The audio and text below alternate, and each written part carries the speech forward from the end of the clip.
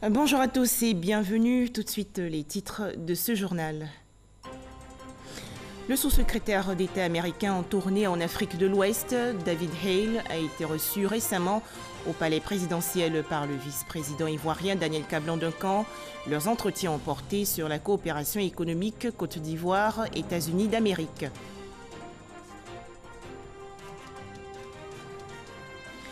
À la une également, le projet PULS, professionnalisation et ouverture à l'international de licences scientifiques expérimentales en Afrique de l'Ouest. Ce programme financé par l'Union européenne se développe dans les universités ivoiriennes et togolaises. Objectif, faciliter la compétitivité des étudiants.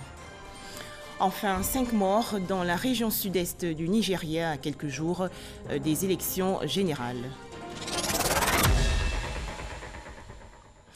Merci de nous suivre. Pour commencer, la coopération économique entre la Côte d'Ivoire et les États-Unis d'Amérique. Le sous-secrétaire d'État américain est actuellement en visite à Abidjan dans le cadre de sa tournée dans la sous-région ouest-africaine. David Hale a donc été reçu il y a quelques jours par le vice-président Daniel Kablan-Duncan. On fait le point avec Mahama Traoré. David Hale, sous-secrétaire d'État américain aux affaires politiques, en est à sa première visite en Côte d'Ivoire. Lors de sa rencontre avec le vice-président de la République, il lui a été présenté la situation politique et les efforts accomplis par le gouvernement pour consolider les acquis démocratiques du pays. Daniel Kablan-Duncan a fait savoir à son hôte la recomposition du paysage politique, aussi le retour des exilés favorisé par le climat de paix, et la reprise du dialogue politique en vue de la réforme de la CEI, Commission électorale indépendante. Daniel Kablan-Duncan a également assuré le représentant du gouvernement américain quant à la tenue d'élections apaisées, crédibles et transparentes en 2020. Présentant le tableau économique du pays, le vice-président de la République a insisté sur la nécessité pour la Côte d'Ivoire et les États-Unis d'intensifier leurs échanges commerciaux. Nos statistiques indiquent que le commerce entre les États-Unis et la Côte d'Ivoire n'a pas progressé de manière très importante, même si les États-Unis sont toujours le deuxième client de la Côte d'Ivoire et le 6e fournisseur de ce pays. Nos échanges sont autour de 920 milliards de francs CFA, soit aux alentours de 1,5 milliard de dollars US. Ces relations commerciales mériteraient donc d'être approfondies davantage, vu l'important potentiel dont regorgent nos deux pays. De nombreuses opportunités d'affaires sont à saisir dans les secteurs de l'agriculture, l'agro-industrie, de l'énergie, des mines, du pétrole, des TIC et de la santé. Au sortir de cet entretien, le sous-secrétaire d'État américain aux affaires politiques rassure que son pays est disposé à soutenir la Côte d'Ivoire dans ses efforts de développement.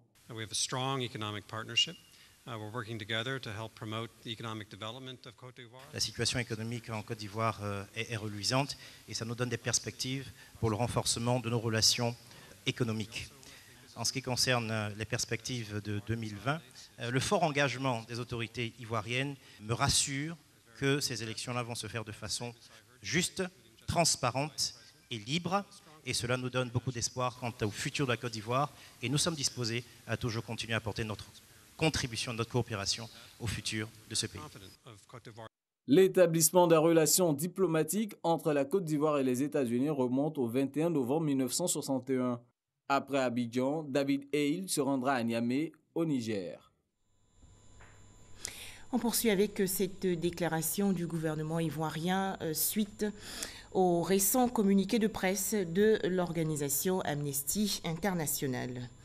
Dans un communiqué de presse rendu public le lundi 11 février 2019, l'organisation Amnesty International a fait état de certaines préoccupations relativement à la situation des droits de l'homme en Côte d'Ivoire. Le gouvernement, tout en marquant sa grande surprise devant ces allégations, tient à indiquer qu'au terme de l'article 19 de la Constitution ivoirienne, la liberté de pensée et la liberté d'expression, notamment la liberté de conscience, d'opinion philosophique et de conviction religieuse ou de culte, sont garanties à tous. En outre, concernant les conditions carcérales en Côte d'Ivoire, le gouvernement voudrait signaler que, conscient de la situation carcérale actuelle en Côte d'Ivoire, il a initié plusieurs actions pertinentes et pris des dispositions pour les améliorer. Ce sont entre autres la construction de 9 nouvelles maisons d'arrêt et de correction et la réhabilitation des établissements pénitentiaires pour les conformer aux normes internationales. Enfin, le gouvernement voudrait réaffirmer que la mesure d'amnistie du 6 août 2018 ne consacre en rien l'impunité. En effet, l'ordonnance d'amnistie exclut les personnes en procès devant une juridiction pénale internationale et les militaires et membres de groupes armés. Les crimes les plus graves ayant été commis par ces personnes, on ne peut avec sérieux prétendre que la Côte d'Ivoire prive les victimes du droit à la vérité et à la justice. Autre actualité nationale, les consultations dans le cadre du réexamen de la composition de la commission électorale indépendante se poursuivent. Le ministre de l'Intérieur et de la Sécurité, Sidiki Diakité, a ainsi reçu récemment des organisations de la société civile. Elles lui ont remis 2 documents. Les précisions dans ce reportage de Michel Digré. Ils avaient 2 semaines pour élaborer des propositions et les déposer au ministère de l'Intérieur et de la Sécurité. Ce sont 5 plateformes majeures de la société civile ivoirienne qui, après un conclave à Grand-Bassam, apportent leur contribution au débat sur la réforme de la commission électorale indépendante.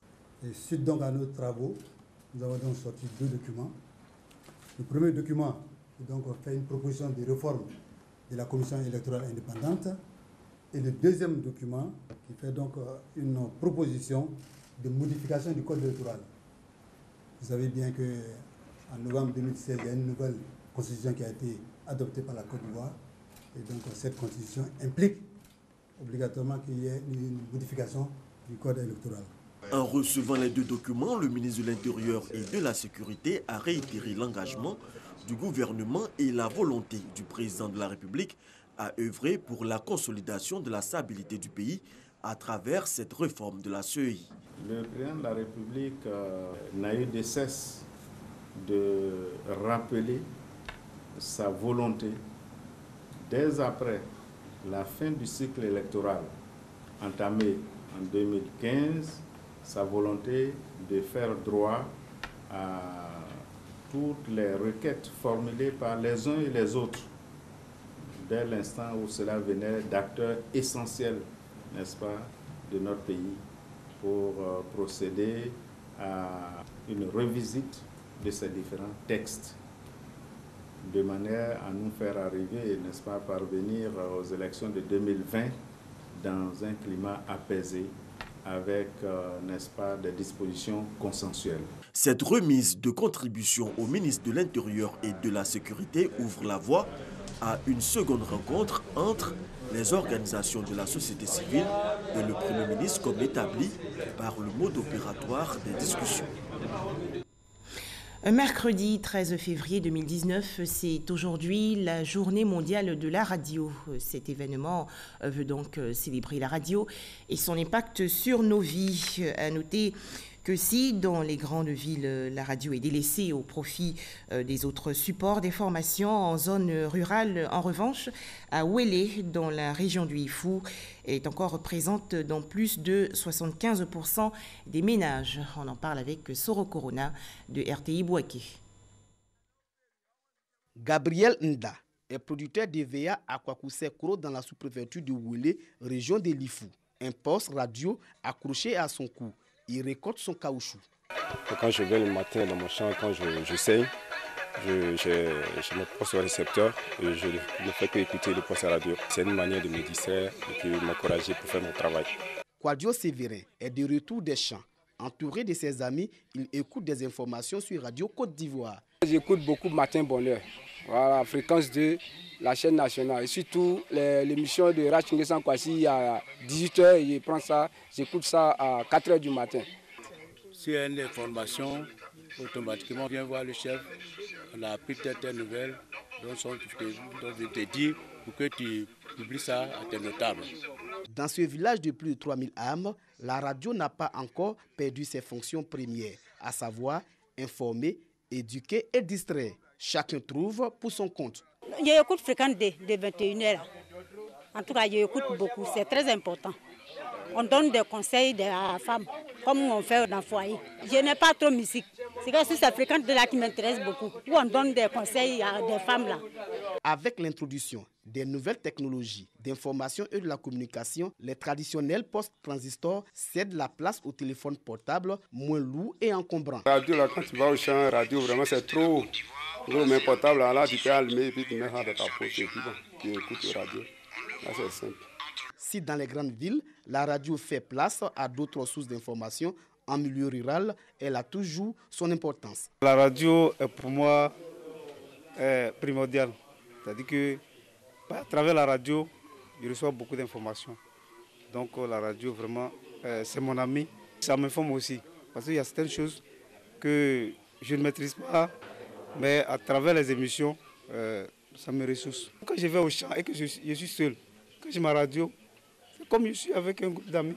Découverte et émise pour la première fois dans les années 1890, la radio est l'un des premiers outils de communication et d'information dans le monde. Pour sensibiliser le grand public et les médias sur les valeurs de la radio et encourager les gouvernants à développer l'accès à l'information par le biais de la radio, le 13 février de chaque année est déclaré Journée internationale de la radio.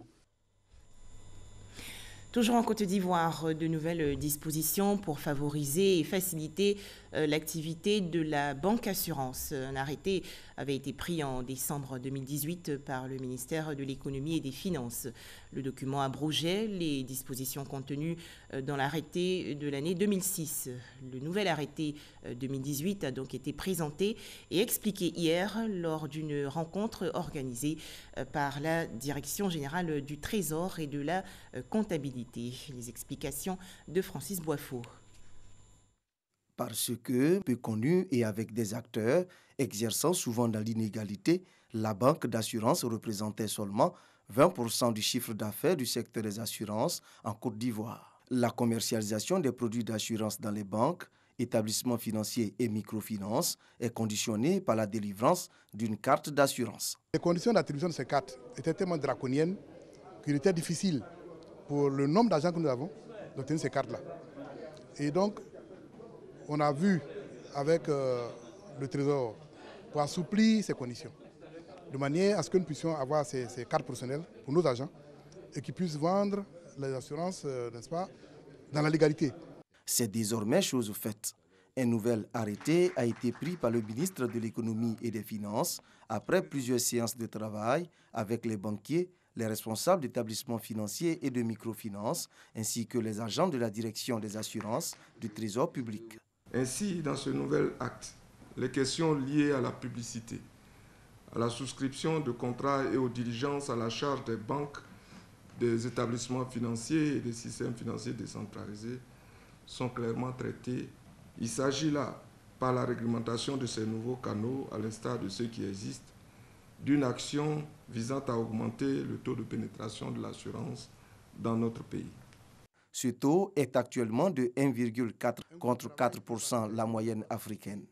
Le directeur général du Trésor public invite les structures financières à s'approprier la nouvelle carte d'assurance. Les critères d'octroi de la carte qui changent fondamentalement, qu'on a essayé d'alléger par rapport à l'ancienne dette. C'est un élément assez important pour nous et surtout la facilitation des conditions de renouvellement de la carte qui changent. L'obtention de la carte professionnelle demande un certain nombre de conditions à remplir, notamment avoir un agent qui soit formé en assurance ou qui ait un diplôme d'assurance et que cet agent soit embauché de façon régulière au sein de l'institution. Et maintenant, le port obligatoire de la carte professionnelle. Donc, ce sont des conditions qui viennent rassurer les clients. Les nouvelles dispositions devraient développer la vente des produits d'assurance dans les banques et impacter le chiffre d'affaires du secteur des assurances. 360 milliards de francs CFA au 31 décembre 2018. Un tout autre sujet à présent, la presse écrite ivoirienne en crise. 100 000 exemplaires vendus en 2003 contre seulement 25 000 vendus en 2017. Cette situation a emmené certains organes de presse à fermer boutique. Il faut alors réfléchir pour trouver des solutions pour ce secteur. Finalement, La digitalisation constitue-t-elle le remède de toute dernière extrémité? La réponse avec l'enseigné Bakayoko. Ce matin, Raphaël Diebi, vendeur de journaux, n'a pas le cœur à la fête. À Adjamé 220 logements où il est installé avec d'autres collègues, son activité tourne au ralenti.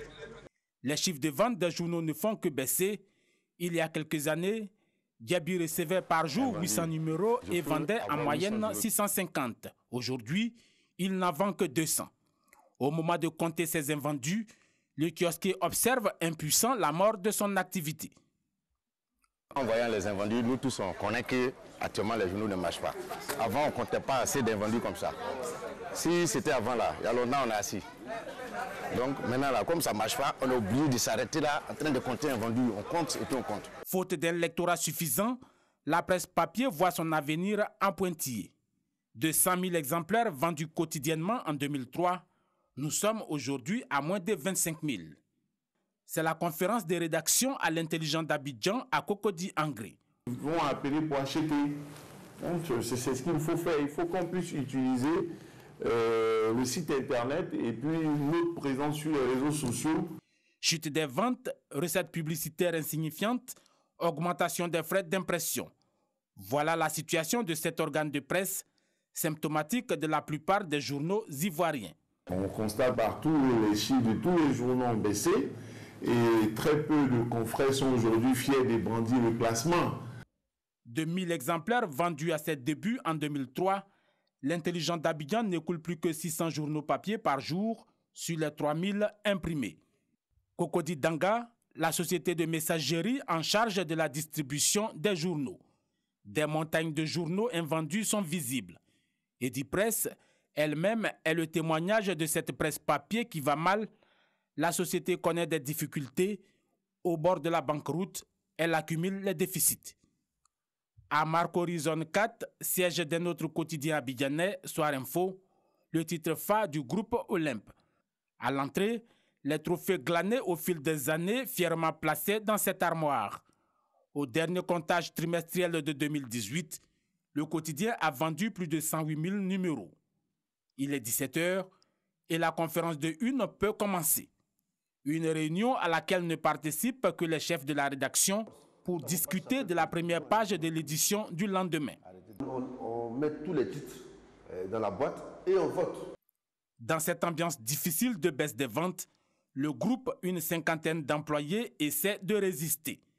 Son secret, son positionnement éditorial à équidistance des chapelles politiques. On n'est pas partisan. Voilà, on est ouvert à tout. Voilà, nous n'avons pas de matelas politique. Le groupe a développé une séquence digitale avec un média en ligne. Nous rencontrons le patron de ce site web. Bon, là, sur le site, quand on couvre une activité, contrairement au support papier, dans la demi-heure ou une heure qui suit, si c'est une information chaude, dans la demi-heure qui suit, il faut qu'on ait déjà l'information en ligne. Ce portail d'information en ligne permet d'amortir le choc des pertes d'argent des supports en papier. Ici, l'on met en avant les vidéos, les photos et bientôt le direct. L'invité est là, on lui pose des questions à bâton rompu, ça se fait en direct. Au 5e étage d'un immeuble en plein cœur du plateau, quartier des affaires, un autre organe en ligne. Les nouvelles technologies de l'information sont venues bouleverser un peu non seulement le mode de diffusion de l'information. Là, vous voyez, je viens d'un reportage, je vous l'ai dit, en 15 minutes, j'ai fini la dépêche. Et puis, les minutes qui suivent, la dépêche est en ligne. Quant au financement, il se fait grâce aux abonnements et à la publicité. Pourtant, les périls ne manquent pas.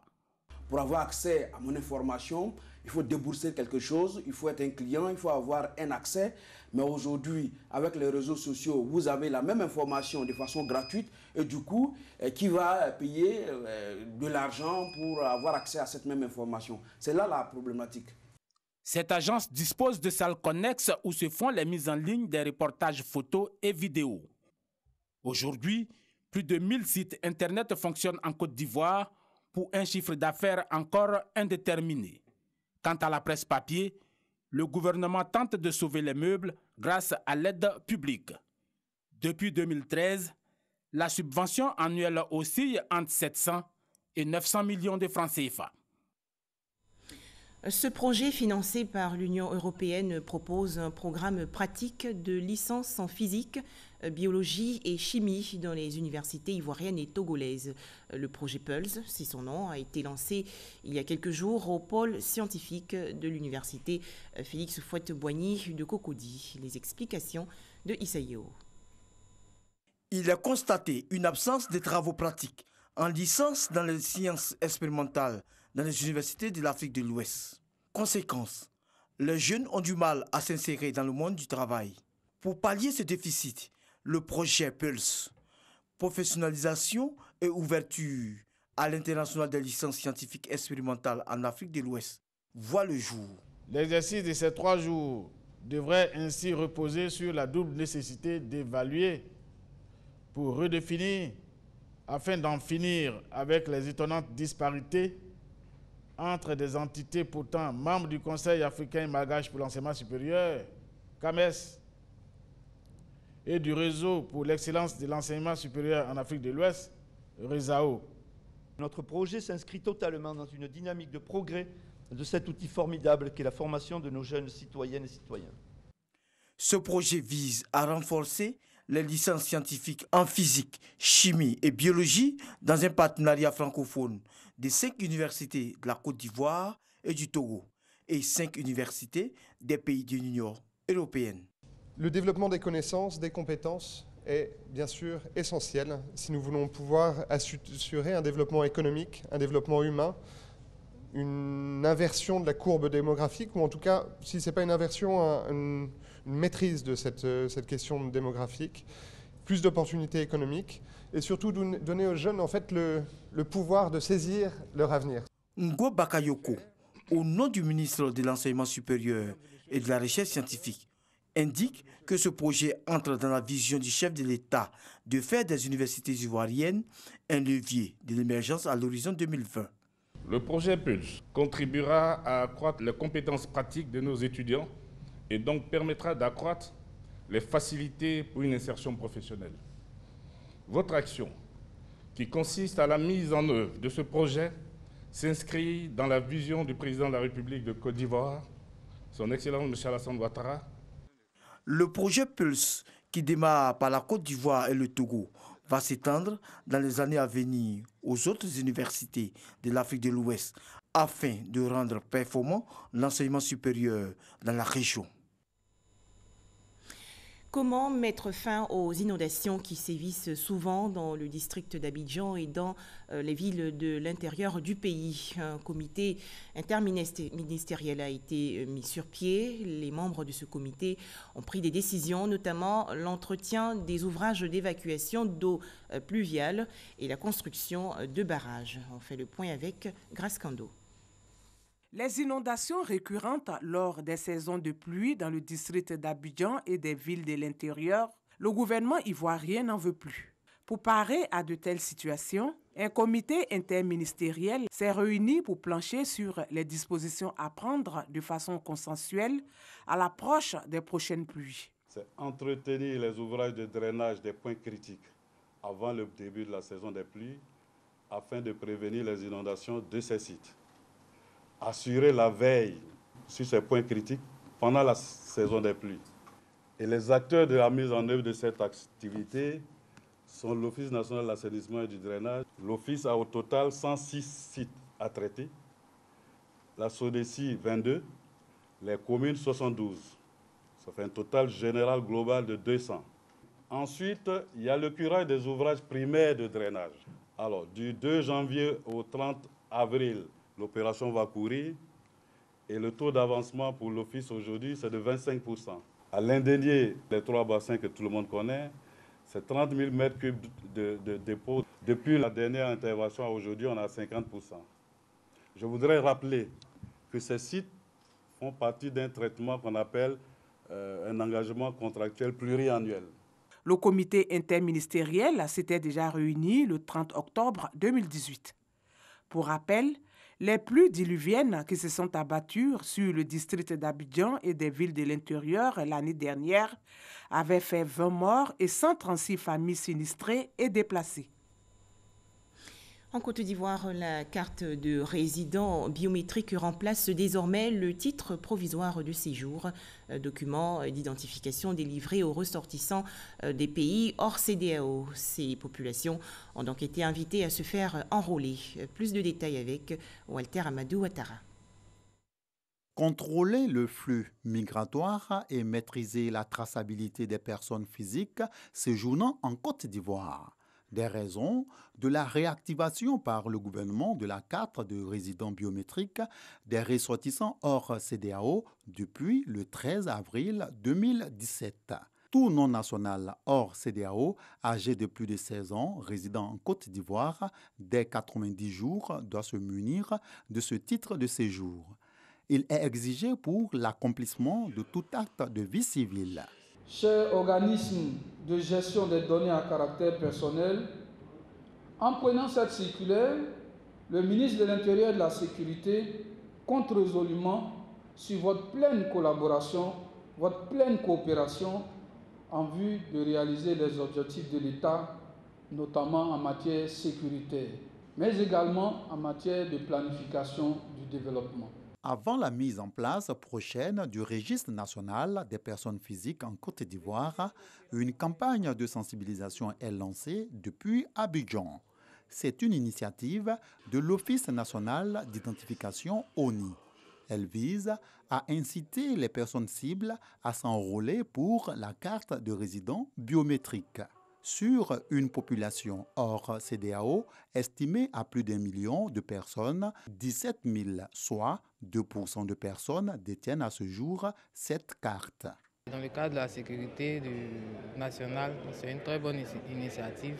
Nous souhaitons que le délai de livraison soit respecté. Pour les partenaires chinois, quand ils arrivent, vu que ces cartes-là seront obligatoirement demandées dans toutes les procédures d'actes civils qu'ils auront à accomplir. La carte de résident a un délai de livraison de 15 jours avec une validité de 5 ans. Elle coûte 300 000 francs CFA.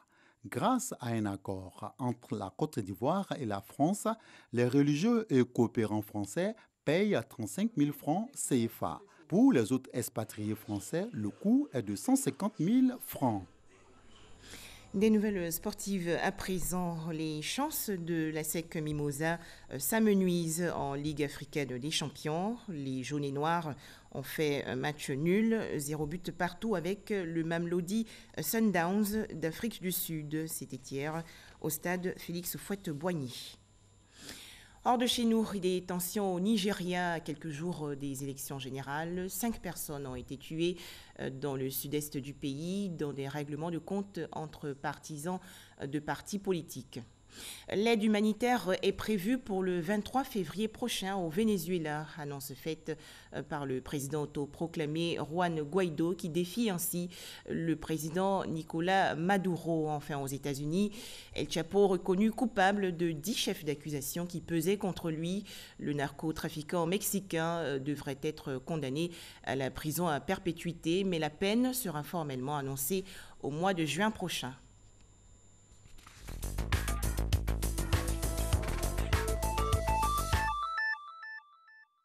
Au sud-est du Nigeria, 5 personnes ont été tuées lors des affrontements entre jeunes partisans des deux principaux partis politiques, l'APC, le parti au pouvoir, et le PDP, Parti populaire démocratique. Au cours de la campagne présidentielle nigériane, plusieurs cas de violence sont enregistrés. Mardi, une bousculade a causé la mort de près de 10 personnes à la fin d'un meeting de Mamadou Bouhari. Le 23 février 2019 est la date promise pour l'accès effectif de plusieurs tonnes de vivres au territoire du Venezuela. Une aide humanitaire attendue pour soulager la population prise au piège d'une crise économique, alimentaire et sanitaire accentuée par le bras de fer Guaido-Maduro. Cette situation dure depuis 22 jours. Déclaré coupable par un jury à New York, le narcotrafiquant mexicain El Chapo encourt la perpétuité sans possibilité de remise de peine selon le droit américain. Il s'agit d'une victoire pour les autorités américaines à l'issue d'un procès qui a mis au jour la violence et la corruption des cartels. Selon le jury new-yorkais, 10 chefs d'accusation pesaient contre le pari de la drogue. Des précisions de Sidonie Davila. Merci de votre attention.